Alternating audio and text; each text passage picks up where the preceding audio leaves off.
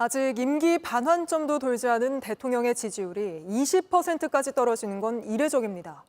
부정평가 1위로 여사의 문제가 꼽힌 것도, 특정 연령대에서 지지율이 한 자릿수까지 떨어진 것도 이례적이란 평이 나오는데 하예빈 기자가 분석해봤습니다. 취임 이후 2년 6개월 만에 윤석열 대통령 지지율은 20%까지 떨어져 두 번의 최저치를 기록했습니다.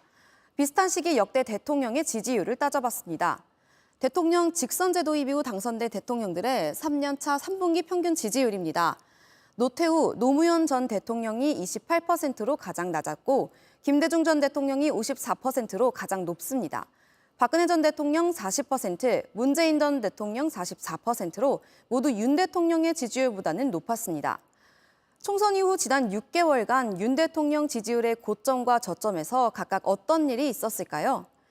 지난 7월 세 번째 주 29%를 기록했는데 이즈음 우리 정부는 체코 원전 사업의 우선 협상 대상자로 선정됐습니다.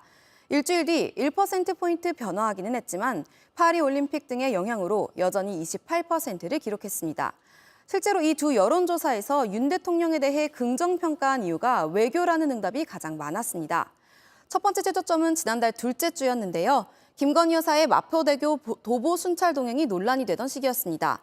당시 부정평가 이후 1위로는 의대 정원 확대가 꼽혔지만 이후 명태균 씨의 폭로가 나와 파문이 일었습니다.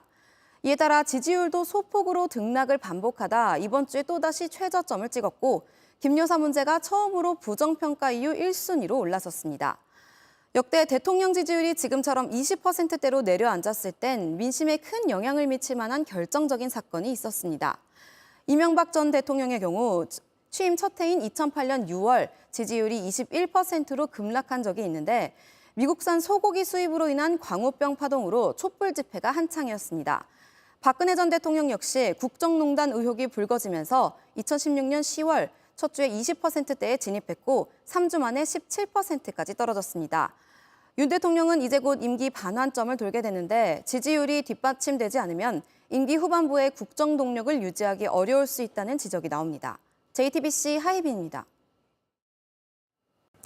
JTBC 뉴스를 시청해주셔서 고맙습니다. 저희는 저녁 6시 50분 뉴스룸에서 뵙겠습니다.